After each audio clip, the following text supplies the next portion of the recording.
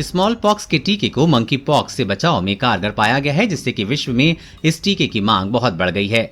इस साल मई में संक्रमण अफ्रीका के बाहर फैलने के बाद अमेरिका जैसे देश अपने नागरिकों के लिए टीके जुटाने की कोशिश कर रहे हैं। इसके अलावा जब से न्यूयॉर्क मंकी पॉक्स संक्रमण का एपिसेंटर बना है, सभी देशों के नागरिकों में टीका लगाने की होड़ शुरू हो गई है।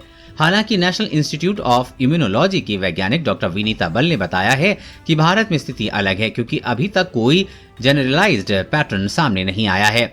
उन्होंने समझाया कि अभी तक देश में कुल 9 मामले हैं, दिल्ली से 4 और केरल से 5। हमें ये नहीं पता कि प्रसार MSM पुरुषों के बीच यौन संबंध के माध्यम से हुआ है या किसी और माध्यम से। अभी ये भी स्पष्ट नहीं है कि ये संक्रमण बाहर से आए संक्रमण से फैल रहा है या मानवीय संपर्क से। हमारे लिए सबसे पहले ये जानना बहुत जरूरी है कि संक्रमण आखिर फैल कैसे रहा है। उन्होंने कहा कि अगर हम मान भी लें कि अगले कुछ महीनों में वैक्सीन उपलब्ध हो जाएगी, फिर भी टीका लगवाने के लिए जल्दबाजी करने की जरूरत नहीं है। ऐसा इसलिए है क्योंकि मंकी पॉक्स रोग में मृत्यु दर बहुत कम है। इसके साथ ही 42 वर्ष से अधिक उम्र के लोग जिन्हें 1980 से पहले स्मॉल पॉक्स टीके का कम से कम एक शॉट मिला हुआ है, वो सुरक्षित हैं।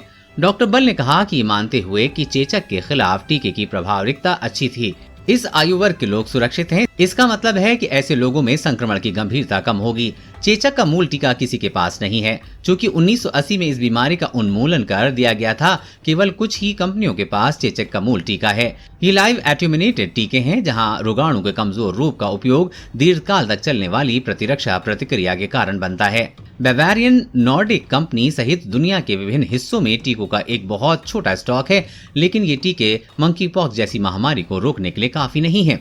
सबसे पहले टीका किसे लगाया जाना चाहिए? डॉक्टर बल ने कहा कि ऐसा इसलिए है क्योंकि मुझे पहली बार से ज्यादा लोगों के टीका लगवाने की संभावना कम दिखती है।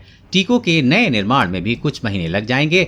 जब तक हम ये नहीं जानते कि बीमारी कैसे फैल रही है, तब तक हम टीकाकरण की योग्य रणनीति नहीं बना पाएंगे। क्या पहले से ही टीकाकृत लोगों को दूसरी खुराक की आवश्यकता है? डॉक्टर बल ने कहा कि ये फिर से इस बात पर निर्भर करेगा कि मंकी पॉक्स रोग की स्थिति क्या होगी।